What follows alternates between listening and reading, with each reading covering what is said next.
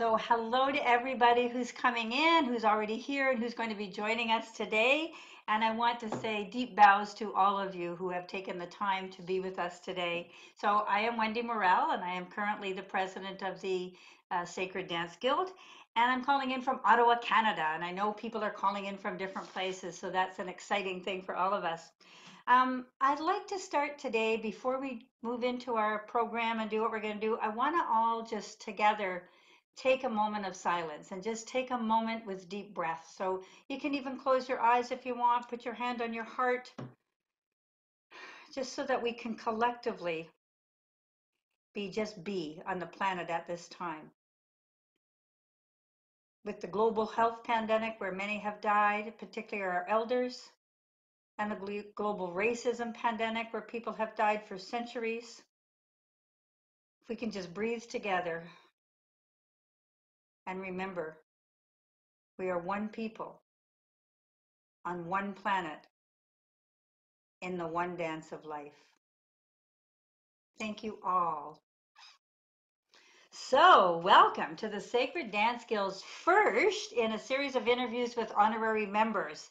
We kind of consider these our living legacies, although they themselves may not look at it that way, but I like that idea. They're our living legacies, and we're going to ask them 5 important questions.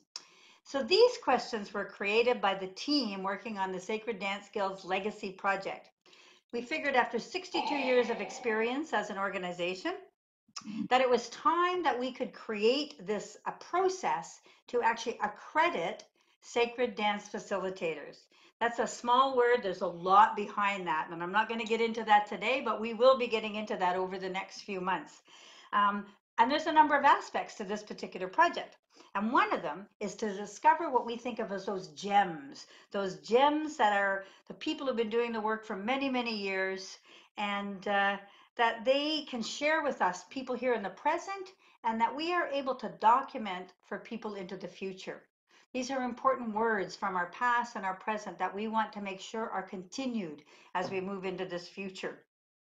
So we've come up with that thought burst, these 5 important questions, and this interview series. So originally we were going to do these just as one-on-one interviews, us interviewing someone, interviewing the person, recording them, and then looking through those recordings for those jewels that we know, that one sentence, those words that just like, oh, that's the one, those aha moments. But then we thought, well, if we can do that and we have this great technology, why not just open that up to others to sit in and be part of that experience? So here you are, and here we are today, ready to do just that. So I am very delighted today to have David Taylor to be our first in the series. So David, like a lot of us, are sort of technically saying, oh my goodness, we're moving into this snow world. So I appreciate, David, that you've jumped into the technology and are willing to dance with us down this sort of lane that we're going to go. So David was one of the 6 individuals in 2018 that the Sacred Dance Guild identified as an honorary member, representing the 6 decades that we have been in existence. And that included 5 others who we will be hearing from as we go through the next few months. But that joins a group of honorary members: Ted Sean, Ruth St. Dennis, Jess Meeker, Forrest Kogan, Jean Erdman, all of those who have passed on, but very important people who were part of the genesis of the Sacred Dance Guild, particularly in the United States. And Carla De Sola, who's still with us here today, thank goodness. Love to Carla. I'm not sure if she's with us today, but she's here on the planet, so that's a great thing. We believe that all of these individuals are gifts to the world of sacred dance and are so grateful for the work that they do, and that continues to inspire us and others. So before we continue with the interview and get some technical tips, just all of us techies here trying to figure this out, I know we're using this technology that's new to a lot of people in the dance community who are used to being out there in person in the flesh. So I'm grateful that we've dived in and danced forward and able to do this. I want to introduce Dawn Harris. So Dawn is, I don't know where she's sitting on your screen, but she's next to me on my screen. So Dawn will be managing the chat. At the bottom of your screen, you should see a little chat button. So if you have something to ask, a question to pose, a comment that you're thinking as the interview goes along, you can feel free to put that in the chat to Dawn.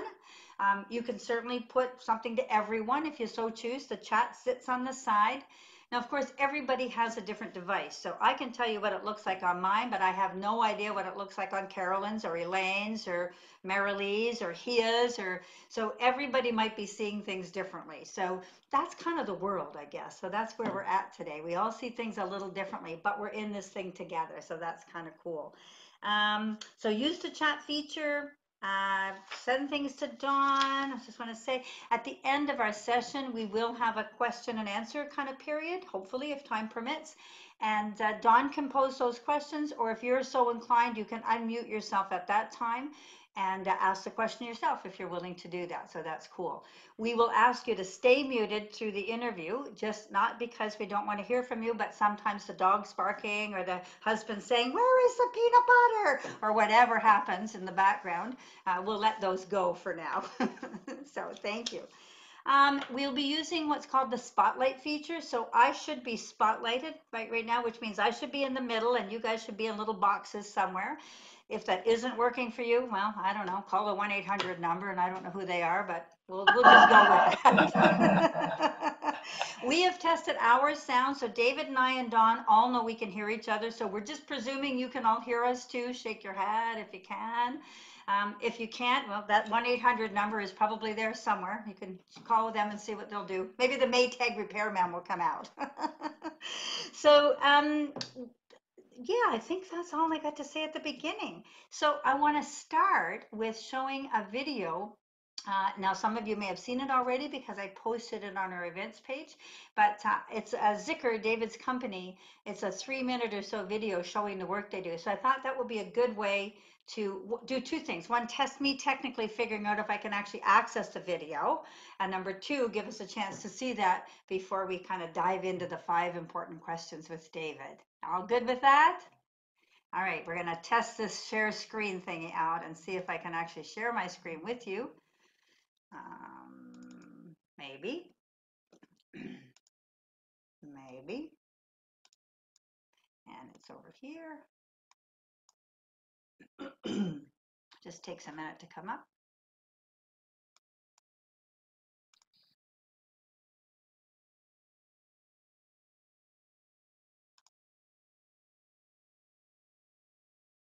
Dawn, if this doesn't work, you can text or send me a message or something.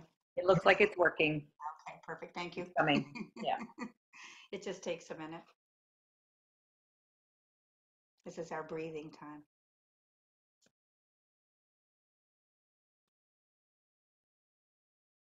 Or 2 minutes, maybe.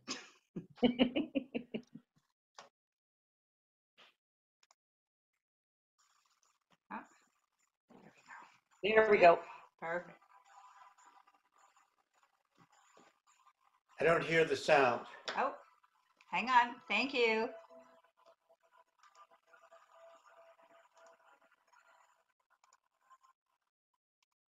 Can you hear the sound now? No. Yes, yes. Okay, great.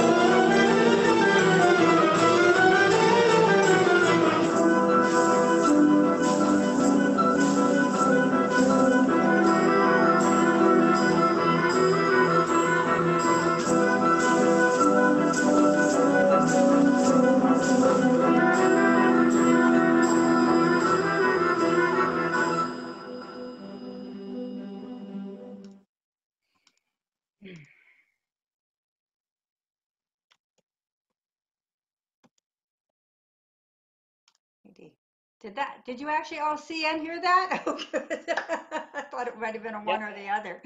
Thank you. So isn't that beautiful? That's like, I love that video, David. Thank you so much for whomever put that together. I know the credits were there at the end, but I think it's just stunning example of the work that you've done with that amazing company. And some of you will remember that in 2010, David was at the festival at Connecticut College and did a wonderful class there. And some of the work that he did with Zikr was done with our community of sacred dancers. So without any further, I'm going to now spotlight David. I won't go through his bio. I'm sure you've all read it, and perhaps some of it will come out as we go. So I'm going to ask Dawn to switch over and spotlight David. I can take my turn Working off. on it. There we go. There we go. Yay. Do y'all see him? Yay. Hi, David. Hello. Yay. So maybe at the front end, before we get into the 5 important questions that everybody is trying to figure out, what are those questions? Maybe just ask you if you can talk a little bit about your personal journey with sacred dance and how that has kind of manifested in your life. Yes, I'd be happy to. First of all, I want to thank Wendy and Dawn for all of the work they program and episode and interview process, and especially for Wendy, who I've known now for over 10 years, and all the work she's done with the Sacred Dance Guild. And I know it's an incredible amount of work because I've run 2 companies and 2 schools over a period of 50 years, and I know how much work it is. So thank you, Wendy, and thank you, Dawn, for everything, for pulling all this together. My journey actually began in college when I was at the University of Denver. I was minoring in philosophy and Eastern religion, and I discovered the work of George Ivanovich Gurdjieff. If you're not familiar with Gurdjieff, he was a philosopher, a teacher. He was a spiritual initiate. He was a choreographer. He was a composer. And he lived from about 1879 to 1949. He came from the Caucasus Mountains in what used to be the Soviet Republic of Georgia, and which is a very interesting part of the world. Of course, it is home for 2 of the world's major religions, the Russian Catholic Orthodox Church and Islam, but it's also an area with other smaller groups like the Yazidis and the Armenians and the Kurds, who have actually a mixture of Zoroastrianism and all kinds of other magical practices. He went out into the world to seek spiritual knowledge. He was very disappointed with all the books he read and the teachers he had as an early young man. And he, according to his accounts, met a number of dervishes in the Middle East, which is the Sufi equivalent of saints. And he also went deep into the mountains, and he discovered a secret monastery called the Sarmun Monastery, which, among other things, trained students or shelahs in the art of sacred dance.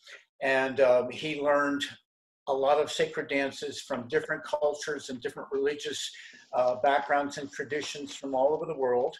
And he brought them back to Russia. And escaping World War I, he ended up outside of France in a place called Fontainebleau.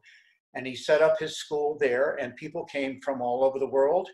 And these sacred movements that he learned from these hidden monasteries and from the dervishes and others that he created became one of the strongest foundations of his teaching.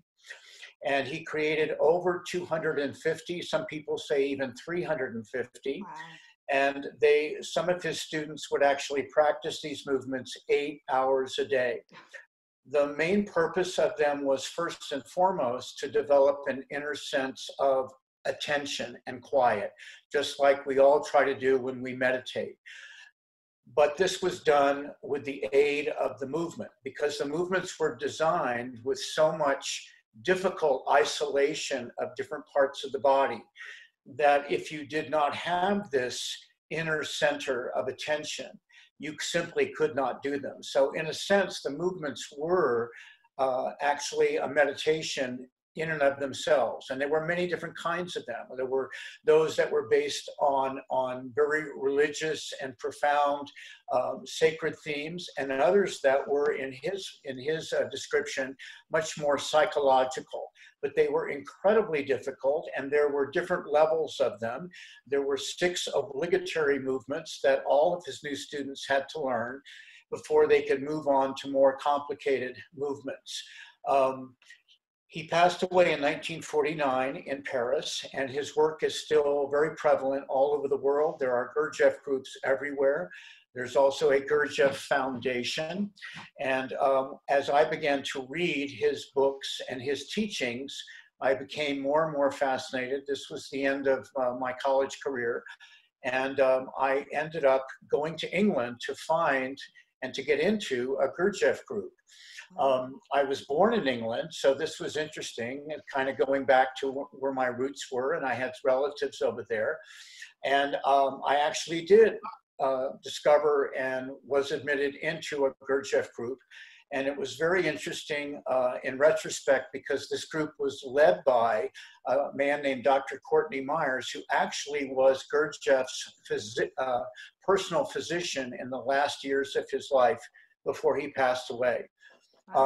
It was in that Gurdjieff group that eventually, not at the beginning, I was introduced into the movement classes, which are part of, an integral part of all the Gurdjieff movements and groups all over the world. But unfortunately, I had to get back to Denver, and so I was not able to actually start with the movement classes, and I was very disappointed. But what happened when I came back to Colorado is I got into classical ballet through my spiritual teacher. And I was in my early 20s. I started very late, and I became absolutely absorbed with ballet as a dancer first, but then later on as a teacher. And my world completely changed when my teacher gave me my first opportunity to choreograph.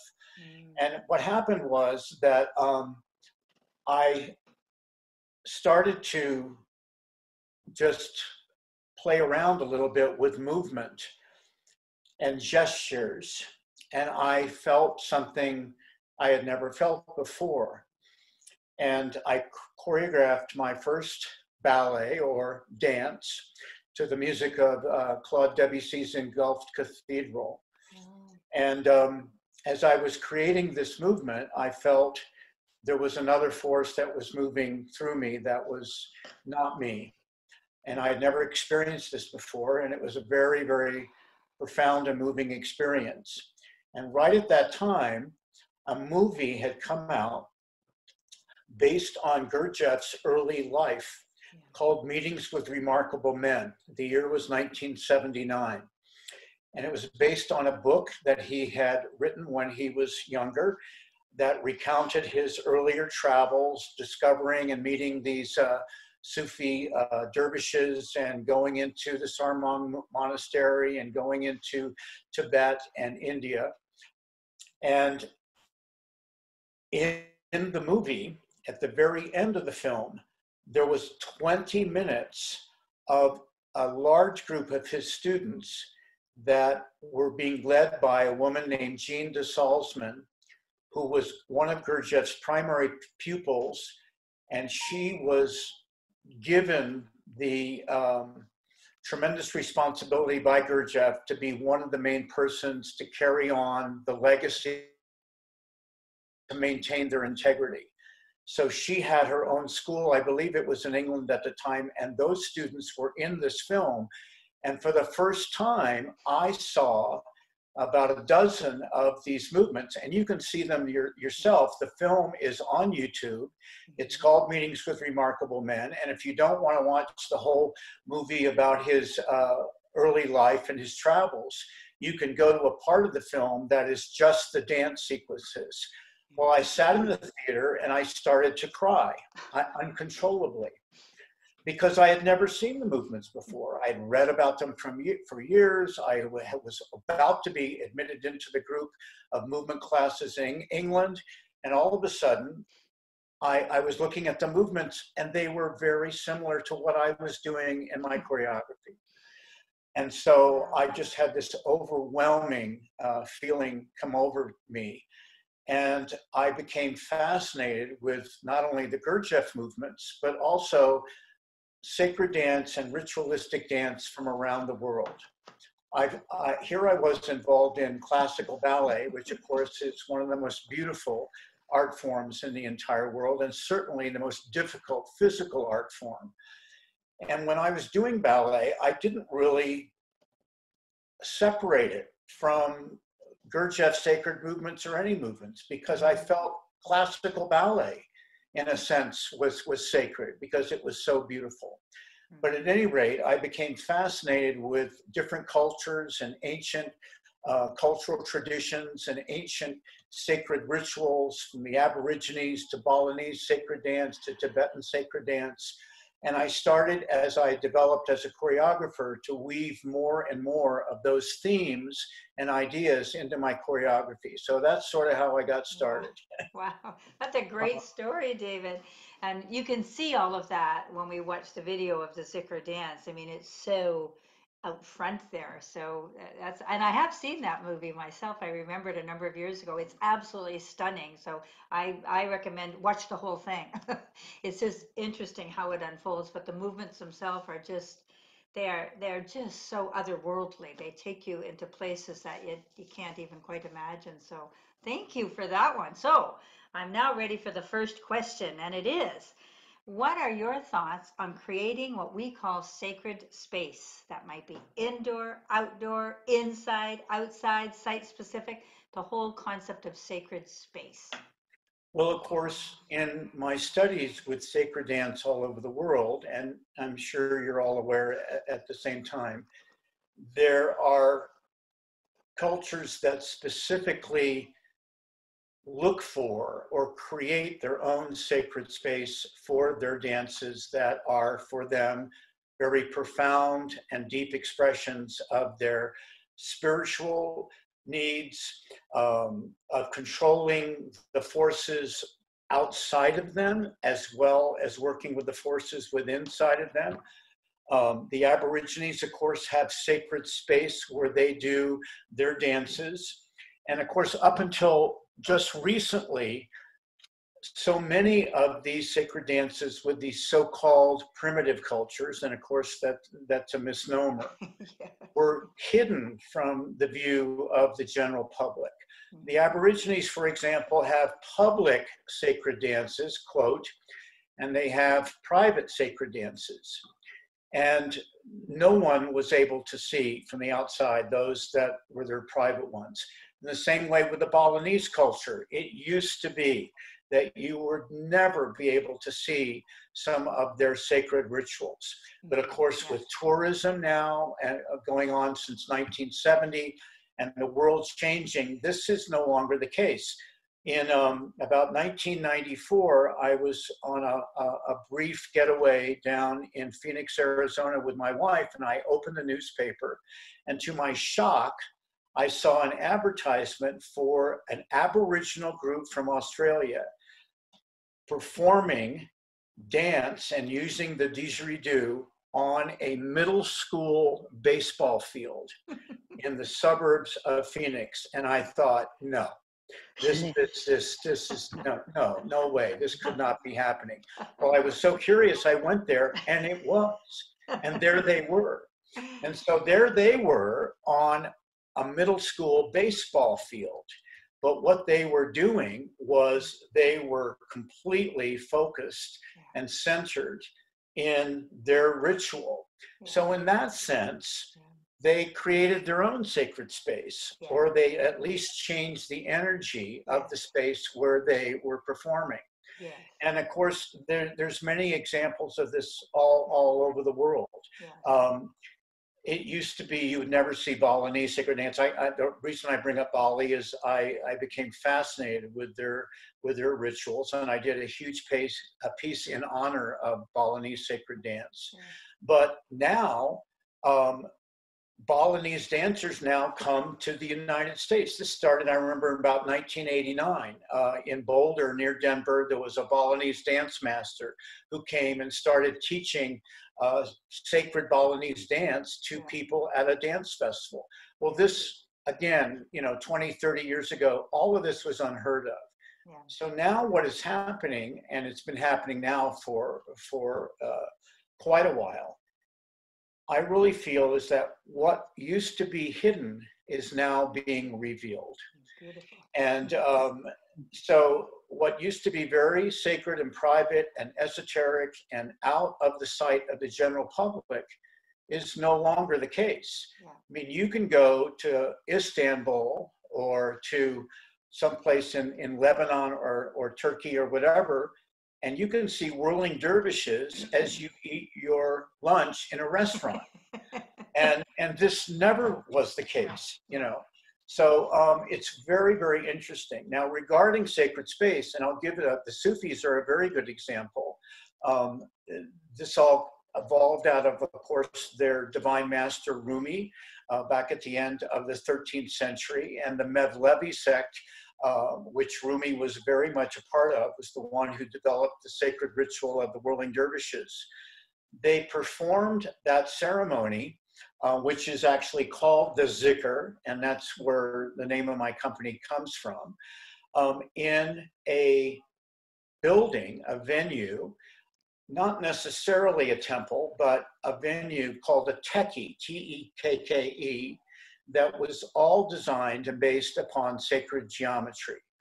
So they were aware, and so are the Aborigines, so are the Anasazi Indians, so are some of the Maori warriors in Africa. They were aware that there were certain spaces, either completely natural spaces on the earth, or spaces that they could actually create with the use of sacred geometry that magnified the energy within that particular space. And not only magnified it, but complemented the dance and the ritual that they were performing. Right. So this has been around from the beginning of time. Today, it's a little bit more challenging, I think, to, first of all, have your own, if you're a group or a dance company like we are, have your own, quote, sacred space. It's difficult. But again, so much of it comes from our own energy. It comes from our own motivation. Everything is energy. Everything is vibration. So even though I accept and I understand and I value tremendously the idea of a sacred space that is specifically either created or used in the natural world to enhance the energy of sacred dance, Yes. it is not necessarily a prerequisite to have that experience of sacred dance. Right. We are the ones who bring that consciousness to whatever work we're doing. Being in the world of professional ballet, I've performed in theaters all over the world, and I've always viewed the stage as being a sacred space because performers send out tremendous energy from that space that washes over the entire audience, but even goes further than that.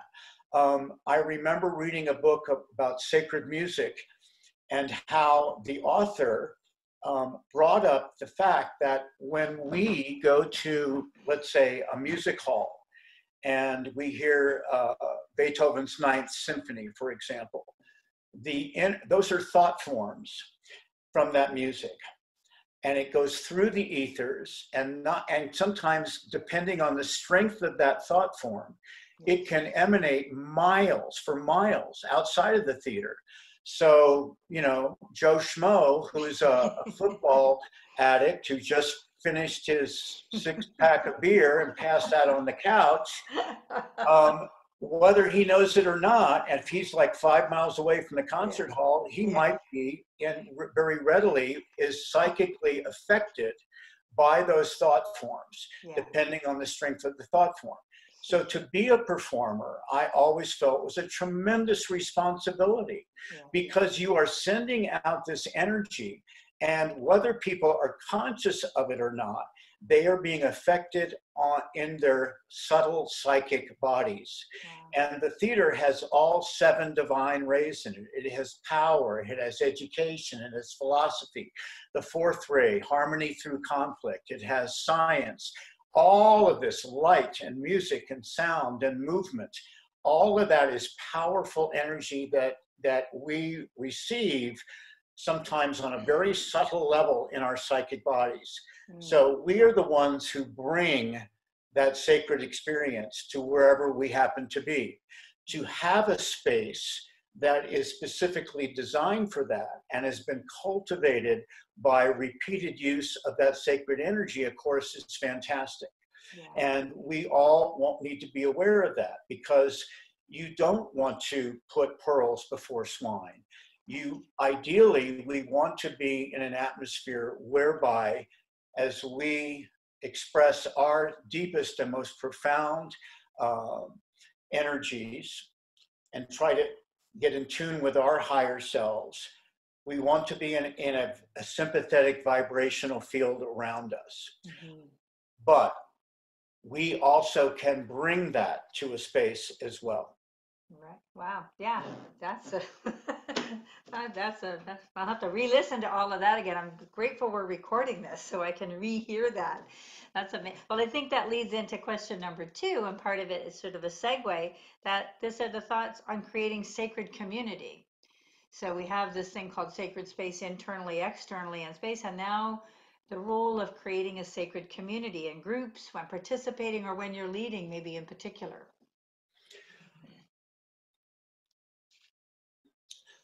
You know, when I was invited by the Sacred Dance Guild to come to Connecticut and to lead a fairly large group of people in some of the Gurdjieff movements, it was a really rewarding experience. It was a wonderful experience. When I am in the studio with 13 professional ballet dancers who are just incredible dancers, but none of them have ever heard of Gurdjieff, have no idea of what is behind those sacred movements. And Zikr always incorporates 1 or 2 of the Gurdjieff sacred movements in each one of our performances. So I tend to, with my company, I'll start there, I tend to give them a little bit of background, but I don't go into a big, long lecture and detail and what have you. First of all, as dancers, their vibrations, they are open. They're open to any kind of movement. And by virtue of their training, they are trained and geared to present that movement perfectly, with absolute exactitude. Now, the Gurdjieff movements were never designed for that. They weren't designed for professional dancers at all. Right. They were designed for people like you and I. Yeah. And even though they were very difficult, and they were, you wanted to do them with as much precision as possible, that wasn't really the main point. What I found with the professional dancers through years of working with them is I gave them maybe just a little bit of a background on this, but then I just let them do the movement. And sometimes I had a Gurdjieff coach who came in, and I just let that person take over to teach them. And what I found very interestingly was that through the process of rehearsing these pieces over and over every day for weeks and weeks, and the process of performing them in front of different audiences, sometimes 8, 10 performances, I watched this transformation take place right in front of my eyes. I could tell, I could feel it, that they may not have even been aware of it themselves, but I could sense it.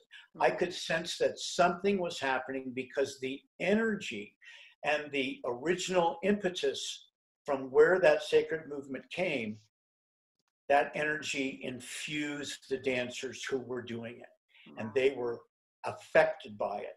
There was a noticeable effect. In fact, I had many of them say, I don't know what happened, but I experienced something I've never experienced before. Wow. So that's a testament to what Gurdjieff used to call conscious art.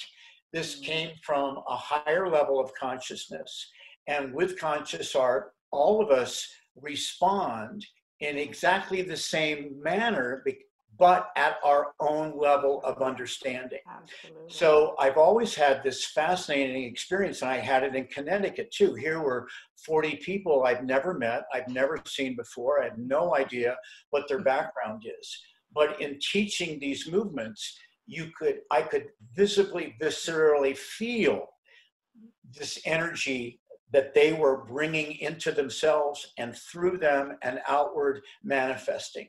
And so in terms of the sacred community, I think this is one of the most important things, whether it's a large group or a small group. Just the process of doing that movement and trying to be centered in doing that movement is an incredibly profound and positive experience, no matter what level your understanding may be. Right. Now, the thing that we all have to, of course, remember is everything we're talking about has never been for the masses. No. It's never been designed for everyone. Yeah. Classical ballet is not designed for everyone. I've been teaching it for 50 years. It's the most difficult physical art form in the world. And I see, maybe one young lady out of 500 that I've taught who end up becoming professional dancers. Yeah. It's just not for everyone. Mm-hmm. And so we're in an age, though, as we said before, where so much of the hidden now is being revealed. And there is a yearning from more of the mass consciousness now for this type of experience. There's no question about it. Right. Like there has never been before. So the old adage of it's only for the very few, well, yes, but it's growing because there's a greater need for it. We can all feel it. We can all feel this change of consciousness, as Wendy and Dawn and I talked about before we started, that the pandemic and the racial protests and the racial consciousness is created. There's a whole change afoot. And this goes across the board with all kinds of spiritual energies. My spiritual teacher said to me, and I'll never forget, dance is the perfect metaphor for the activity of God. It is spirit descending into matter. If you think about all of the dance forms throughout the world, most of them are for what? Entertainment. Or a communal experience just for fun, like folk dance. That's great. Folk dance, you don't have to be a professional dancer. Mm-hmm. When I went down to see the Pueblo Indians in New Mexico and going to see a corn dance or whatever dance they happened to be doing, the entire village took part. Little children standing next to grandparents, next to fathers and mothers. And it was a part of this incredible communal experience. And for them, it was very sacred and very profound. Folk dance is primarily done what? For fun and community. It's a happy dance. All kinds of social dancing brings joy to us. But there are so many wonderful, unlimited forms and genres of dance. How lucky we are as human beings. Yeah. Look what the waltz did in the mid-19th century. The waltz transformed European middle class and upper class society at that time. To be able to actually hold a person and dance with them in rhythm and sequence and some sort of coordination. But it is such an incredible blessing. Every form of dance is such an incredible blessing. I watch with the internet now. I'm on YouTube all the time. I get to see Nureyev perform in 1961 after he just defected from the Soviet Union. I mean, 15 years ago, that was unheard of. I was watching clogging dance from Wales last night. In a film that was made in 1955. absolutely fascinating. Yeah. It's all fascinating. Yeah. It's just what we bring to it, you know? And so I think this idea of sacred dance as a community, we now have a greater opportunity to expose more and more people, but it's not just that, it's reciprocal. There are more and more people looking for this, Yes. who are finding that there is some sort of inner need that maybe they can't describe, Yeah. they can't put their finger on, but a need for more meaning than just pure entertainment. Thank you. And this is what sacred dance throughout history has been all about, of course. When the Hopis on their little barren, dry, arid plazas dance with their masks on, Crow Mother or some of the other dances, they dance to the Kachinas. They dance to and for and to bring the energy of the Kachinas, the spiritual forces, to their plazas with rain and bounty for crops. Yeah. You know, this is ritual is designed in a precise way to affect Yeah. the energies of the outside world. Ritual is also designed specifically to affect the energies of our inside world. Yeah. And this is why dance is such an incredible gift. It gives us the opportunity to tune in to our higher self, our God self. And it also gives us the opportunity through that to send out our energies and become light in the world. Wow, absolutely. Yeah, it's that whole interconnectedness. And I think, as you say, people are yearning to feel that in every way. So, I mean, I think we're living in a time in history that we are so fortunate to be part of this global community where we can now, as you say, those things that were hidden are now being. I talked to a fellow, I think he was from maybe Nepal, who said they'd hidden his dances for 1,000 years, but he said, it's time for us to share with the world. We need to, and we must. And so, while my grandfather might not have, I am called to do that. And so I thought that's sort of what you're saying, this whole calling that we're listening to. So that brings me to my next question, number 3, that is how the sacred manifests, maybe through your own daily practice. How does it manifest for you personally? I'm going to be very frank and honest. When I don't dance, I get depressed. I get out of tune with myself. Mm-hmm. All kinds of energies that perhaps I don't care for are I can feel. When I dance, it is like manna from heaven. It puts me back in touch with myself. My whole mood changes. The problems of the day vanish. And this has been throughout my entire career. I say this to our young girls because it's the same. It was the same for me when I was dancing. How many days, how many hundreds of days when I was dancing did I say to myself, I'm too tired. I'm in a bad mood. I don't want to go to class today. And I would force myself to go to class and get through the class. And at the end of class, I was a new person. The problems of the day had vanished. I was more buoyant. I was happy. I was invigorated. I became more in touch with myself. And I said the same thing to my girls. Girls, I know what you're going through. I know most of the time you don't want to go to class. You've had a long day at school. You know, your teacher said something you didn't like. You know, your boyfriend said something you didn't like. You failed a test or whatever it is. You're not in the best mood. That's when you need to come to class, you know, because it brings into our energy, it is truly a transcendent energy that comes into us. And this is why at the very, very, I want to say, extremes or the edge of real sacred dance, it does become a transcendent experience, or it can become a transcendent experience. So I, for one, I must have it. Now at 72, it's more and more difficult every day. All of my joints ache. You know, even when I just teach an online class here in my dining room and I can't get my leg above 45 degrees anymore, I am in pain afterwards. But you know what? It's worth every bit of that pain, because for me, it is truly a mana that I must have. Wow. Wow. Well, I think you've answered my fourth question too. It says, why do you do what you do?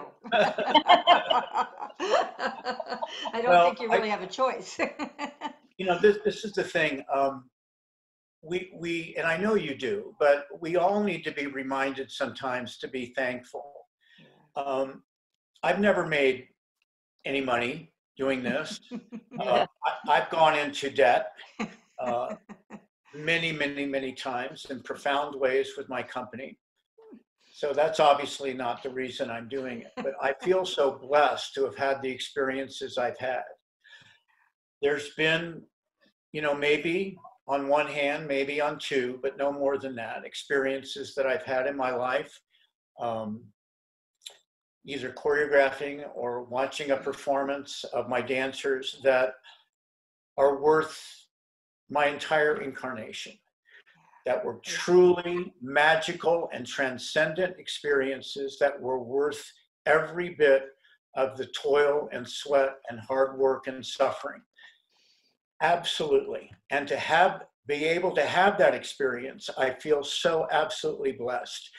To be able to work with dance every single day, and especially, of course, with beautifully trained ballet dancers who have these gorgeous young spirits. They're so beautiful inside and out. I mean, this is why I get up every day. I love going down there and working with these kids, because I see their beauty and their inner energy come out, which is totally their own individual energy. But it totally inspires me. I feel very, very blessed. We all need to be thankful that we've had this incredible experience of dance be part of our lives. Wow. Yeah.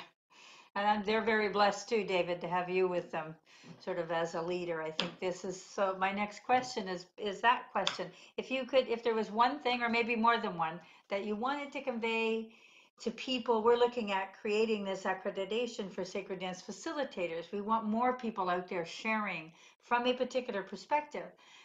What would you say to people wanting maybe to go into that world, to be a facilitator in this thing, dance, and particularly in the concept of the sacred? What would you? Well, I think, like everything in life, it's all energy, and we are all drawn to energies that we are, of course, attracting. Yeah. It's not like we can say, okay, I'm inviting you, the entire world, to come into my world, and let's do this, have this sacred dance experience. Mm-hmm. It just doesn't work. People are led or attracted to that particular manifestation of energy. Mm-hmm. Some people who do yoga are not necessarily attracted to dance. Right. Some people who dance are not necessarily attracted to yoga or whatever. Mm-hmm. It's whatever our inner path, our energies of our inner path, we are attracted to those experiences that we need. Mm-hmm. So I don't think it's anything that we can really force by our own ego or our own will, but on a more subtle, more intuitive, and more spiritual level, we can all recognize that there is a huge paradigm shift going on, that all forms of spiritual expression are now becoming more prevalent in the world, and there's a much greater need and a greater recognition of it in lay circles. I mean, we see it every day on the news or in the mass media. We see examples of spiritual expression or spiritual ideas being brought into areas just in the workplace, communal groups, all of this now, it's becoming integrated within the mass consciousness more and more and more. Wow. So I think the most important thing for us who are attuned to sacred dance is to try to be as open as we possibly can, first of all, to all forms of expression, and to be as inviting as we possibly can to bring in those new people and to share those energies in the most positive, if not maybe at the beginning, a more rudimentary level, because again, you can bring a horse to water, but you can't necessarily make them drink. Yeah. So as we go forward, I think I've struggled with this in my own advertising. Yeah. And with my own board with a professional company. Our audiences are not big. No, I mean, we have a 300-seat house, and if we get 110 people, we feel really great. So as I advertise Zikr and the performances, I've realized I have to compromise a little bit and kind of try to make it a little bit more, shall I say, audience accessible in terms of the images and the ideas we're presenting.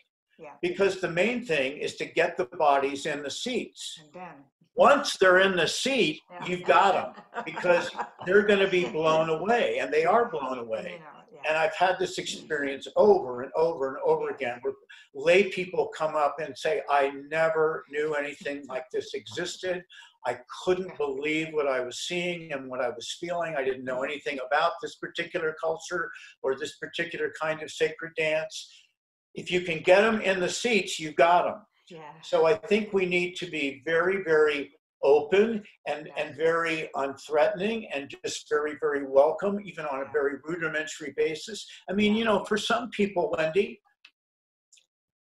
going outside with 10 people and holding hands and skipping around in a circle is like a transformative thing. I mean, you know, it really can be.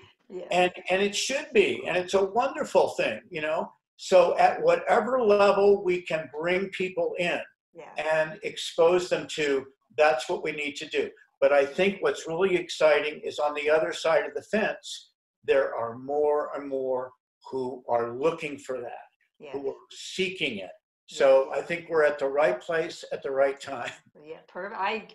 Well, we mentioned when we were chatting before these Sacred Sundays we're doing, that some people are coming who I know, they're coming online, but they would never have gotten in their car, driven to a class, and gone in the door to that particular class. So this opportunity that was presented unexpectedly is giving us exactly that, allowing us to engage people who might not have been engaged otherwise, which I hadn't actually thought of. So I'm very grateful. So I think you're right about that. It's like, you know, you have to meet where people are, not where you want them to be. They have to start somewhere. So they have to come through the door and get in the seat or join the class or do something to be able to listen to the next story. For about 5 years in a row, we performed every year at a Catholic church here in Denver. Now, picture this. After the church service, after Mass, we came in and we moved all of the pews and all of the books. We laid down a Marley dance floor, and hundreds of Catholics, mainly senior citizens, came in, and we did Gurdjieff sacred dances, Tibetan sacred dances, Balinese sacred dances, all kinds of esoteric stuff in a Catholic church, and they absolutely loved it. Of course. And that wouldn't have happened 20 years ago. No. So we have some great opportunities. It's very, very exciting, I think. We do. Well, we're just getting at the end of our time, and I see your note, Don, that if anyone has a question or a comment you'd like to ask David, you have him now. Just like he said, he's in the seat. He can't get out until I let him. So this is your chance if you would like to unmute yourself. Excuse me, I see Mary Camp out there. Hi, Mary. There she is, yeah. So if you'd like to unmute yourself and jump in. I'm listening. I just wanted to say hi, Mary. Hi, David. I am so glad to see you, and I loved everything you said. It was wonderful. It was good. I liked your talking about your journey, how you discovered sacred dance. That was wonderful. It was. It was. Great to see you. Any other question out there, Romulo? I'm trying to look. Yes. Mary Lee. Yeah, this is Mary Lee. Hello, thank you so much for your talk. It was fascinating. I think what you said is some of the sacred movements, say of Gurdjieff, if someone does them with no explanation, you know, they're not giving an explanation, but they still do those movements, I think what you're saying is they would still be receiving a deep feeling of the sacred. Is that accurate? I think for some people, not everyone, of course, but I have noticed, this is why I'm very, very careful of the dancers I choose to perform with Zikr Dance Ensemble every year, because they're all professionally trained ballet dancers, because the style that I choreograph in is more contemporary ballet, and it's very complicated, difficult movement. But as we all know, classical ballet is a performing art form. So those dancers, as beautiful as they are used to, of course, projecting their personality to portray Clara in the Nutcracker or Kitri in Don Quixote or whatever. You have tremendous amount of personality you'd express. The Gurdjieff movements have no part of that. You have to completely devoid yourself of all thoughts of self and your own personality, and just find a center and just do the movement. For those, perhaps, you know, depending on the individual and their level of consciousness, this can be, and I've seen it, a very, very powerful experience. For others, not so. It depends again on the individual. But when Gurdjieff taught these movements, he also explained that there are many, many myriads of levels to them.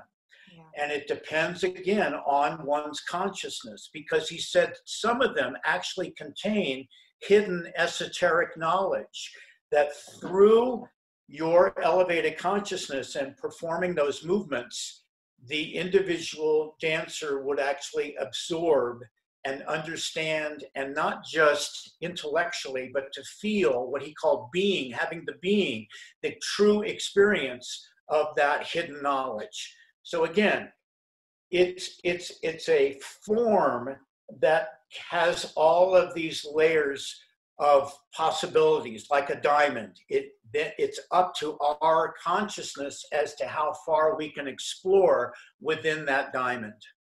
Wow. Super. Okay, anybody else have a question? Yes, sir. Or a comment? John West. Hi, John.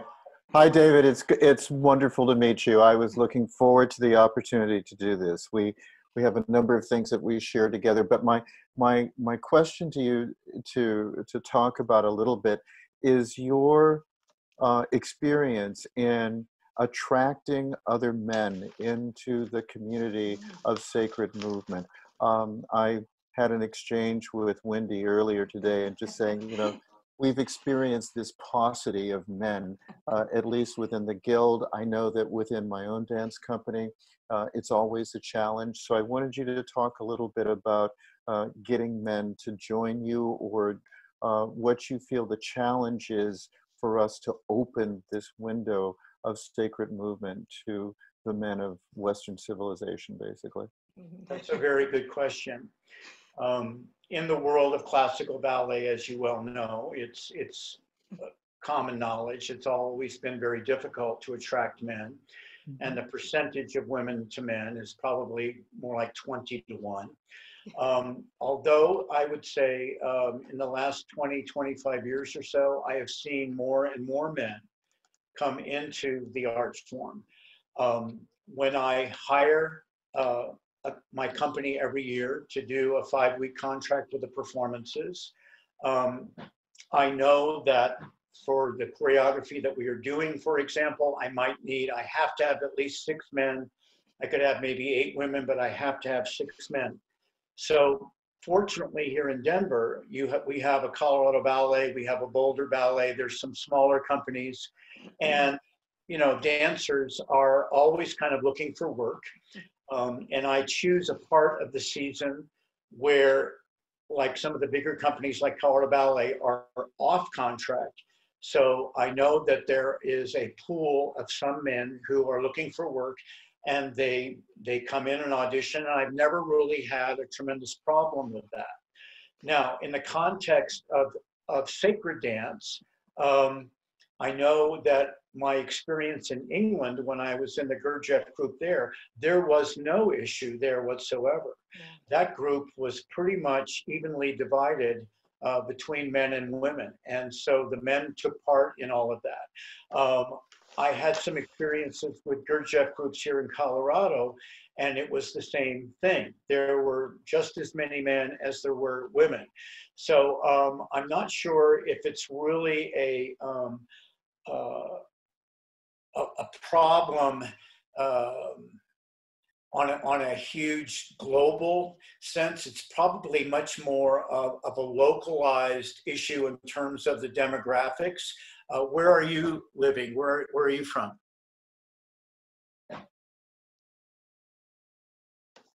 John? Can you hear me? Oh, he's here. Yeah, unmute yourself, here. John. Yeah. Oh, So- I was asking, where are you living? I'm in Los Angeles, David, and it's a wonderful community. We have a very broad sort of majority minority group of people. But I think that what I've discovered, whether it's on college campuses or not, is that there is always this challenge to men, whether it's in terms of the professional dance or the sacred dance, to make sure that they aren't risking or diminishing their perceived masculinity because Right. of dance. So, with younger men, it seems to be less of an issue. Yes. Yes. And Yay. that's a blessing. Yeah. But it's getting to them and getting them sort of into the door, that makes Yeah. a big difference. So I do think people forget that in all of the cultures that you mentioned in your presentation, men danced. It wasn't a question, and sometimes they danced exclusively. Exactly. Yeah. The dervishes are a great example of that. Yes. Or to look at the combination of what has been described as a kind of physical bonding, muscular bonding that we see in drill and marching and other things, even through the military. They're all extensions of the dance that go way back in terms of our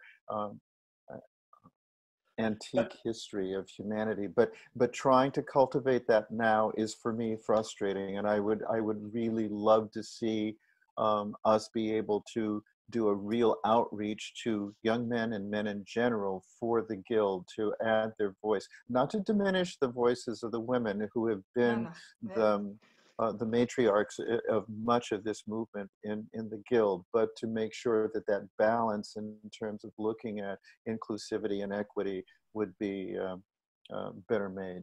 Yeah. Absolutely. And I totally understand what you're saying. And of course, I've experienced it as well.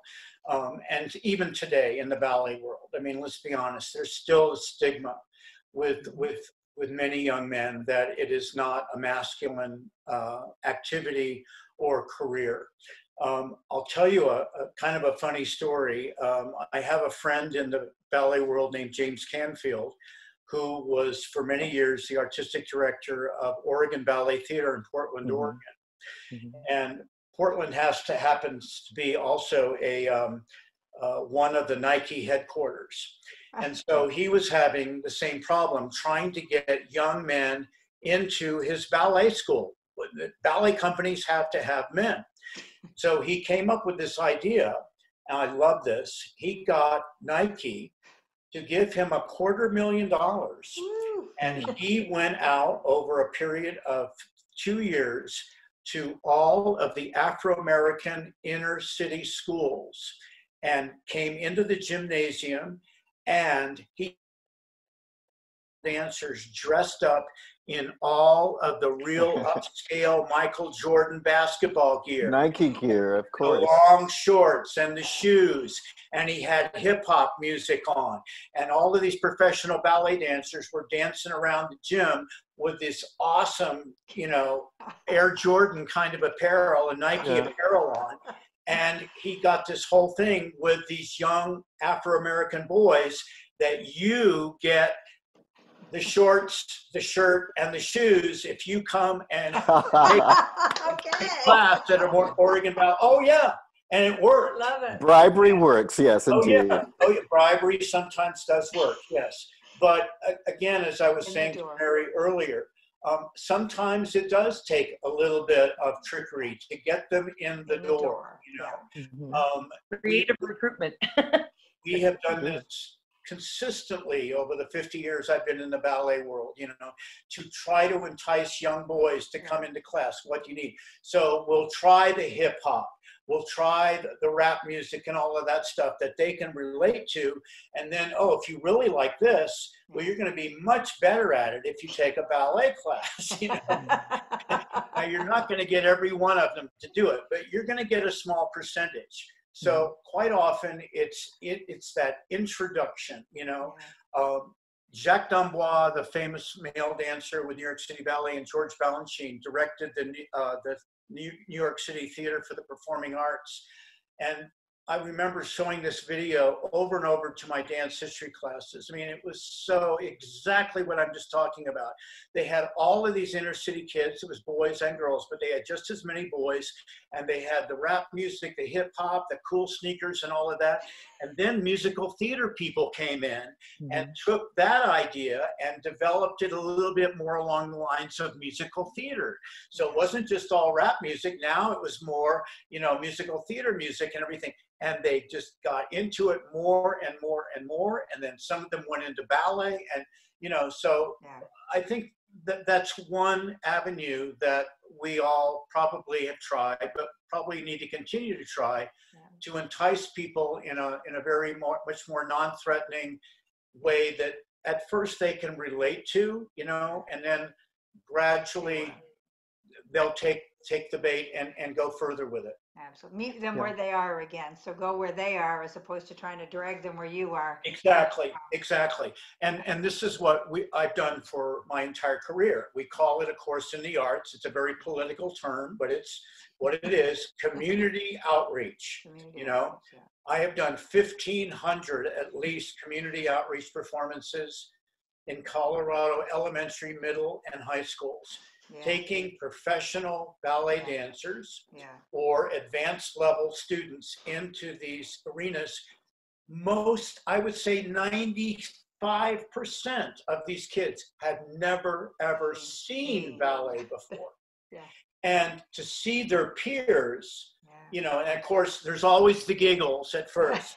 Oh yeah, the boy is out there and he's partnering the girl, and oh gosh, he gets to lift her, and oh, he pushes her over her head. Oh, her skirt's going back, you know, all of that stuff. Giggle, giggle. That's okay. But then they're also blown away because they're teenagers. You know, they're first going to make fun of it, but in the back of their minds, they're seeing a boy their age, incredibly strong, like an athlete, and that's what a ballet dancer is. They're athletes. And this beautiful movement, and it's really transforming. I mean, most of these kids have never seen anything like this. Well, the benefit for the Ailey company too, when they come at least to Los Angeles, is exactly that kind of outreach.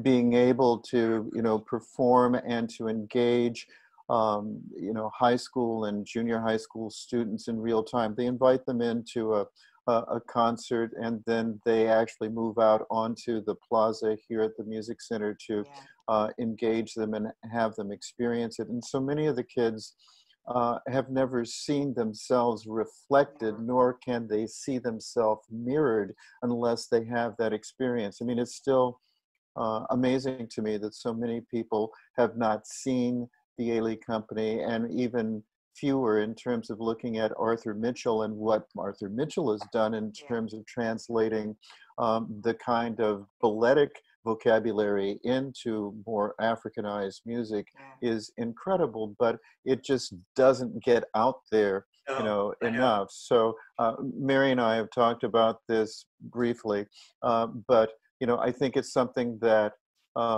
as a group of people committed to community outreach in a variety of different ways, it's something that we need to consider and to really get our arms wrapped around a kind of anti-violent, machismo image of what one has. Our strength is oftentimes in the beauty of who we are, not necessarily in the aggressiveness of who we are as men. And that lesson doesn't get out there, I think, often enough. But thank you for sharing that, and thank you for having been a wonderful example along the way. I appreciate it. Oh, thank you. Well, and I think it's the time. Here we are in this time having this conversation, and I think there is no better time. So it's taking that conversation and moving it into action that we're called now. And we're in this cool place to be able to do that. So I have one more question, if anybody has one more before we finish up today. I'm watching. How do you spell? Oh, Helena? Caroline was before me. Do you want to go, Caroline? Oh, go ahead. It was just a remark for it's extremely inspiring to listen to you. So thank you so much for all you're bringing. Just historically, ballet was started by men, and it was part of the martial training. So those things could be brought back in a discourse to people. It was part of the equestrian and fencing and ballet. And the fact that what you said, David, that ballet as well as yoga are a spiritual tool of inner growth, as well as with the public, as people are searching for this, hopefully men, which are probably more, I think one of the things is spiritually, women get it faster than women often, but men stay on target. So women might be, they get this experience and then they kind of forget, they get lost, while men might take a tiny bit longer, but they stay on target.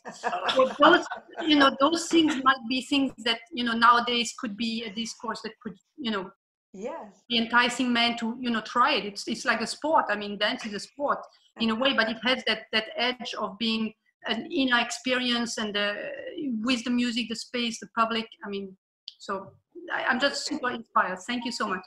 Thank you. Elena. Carolyn, I think you had a question or a comment. Yeah. You spell Gurcha? Am I on? Yes. Yes. I just wanted to look up the spelling of Gurcha. Yes. It's G as in golf, U-R-D as in dog, J-I-E-F-F. Okay. G-U-R-D-J-I-E-F-F. Thank you very much. This was Absolutely. wonderful. I really loved it. Thank you. Thank Well, you. thank you to everybody, and particularly thank you to you, David, for just taking your time, your afternoon, just to be with us and to have this kind of dancing dialogue. These are so important, I think. And like I say, particularly at this time, and I'm grateful for everybody who's kind of dove in today. This has been so delightful. I'm going to put us on gallery for a minute so we can all wave goodbye. Our deepest thank you again, David. And I do have a recording, so I will send that out. So if everybody can wave their goodbyes. And thanks again so much, and we'll see you all next time. Thank you. Wendy.